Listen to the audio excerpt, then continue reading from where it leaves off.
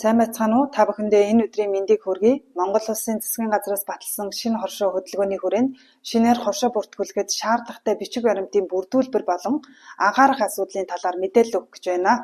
За, улсын бүртгэлийн 0312 дугаар маягт хуулийн этгээдийн нэрийн баталгаажуулалтын хуудас, за бүх гишүүдийн хурлын тогтоол, дүрм, гишүүдээс нийлүүлсэн хувь хөрөнгийн нотлох баримт, за хуулийн этгээд байрших хаягийн нотлох баримт, улсын тэмдэгтийн хураамж болон үйлчилгээний хөөс төлсөн баримтуудыг бүрдүүлэн ирнэ.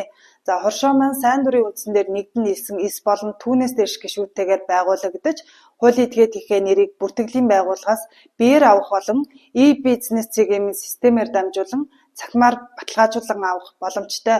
Бүх гишүүдийн хурлын тогтоолд хоршооны дарга тэргүүлэгчид хяналтын зөвлөлийн гишүүдийг сонгон хоршооны дүрмийг хавсралтаа баталж, за гишүүд тогтоол болон дүрмд гарын үсгээ зурсан байна.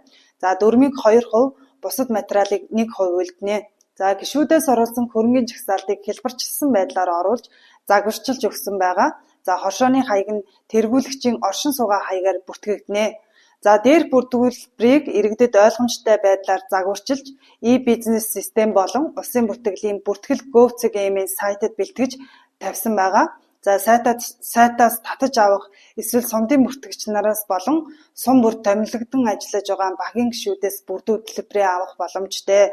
Мөн хоршооны гишүүн маань ижил төрлийн үйл ажиллагаа эрхэлдэг хоршоонд давхар элсэж орох боломжгүй байдаг учраас хамгийн түрүүнд гишүүдийнхээ регистрийн дугаарыг хуулийн этгээдийн системд шалгуулах хэрэгтэй байна.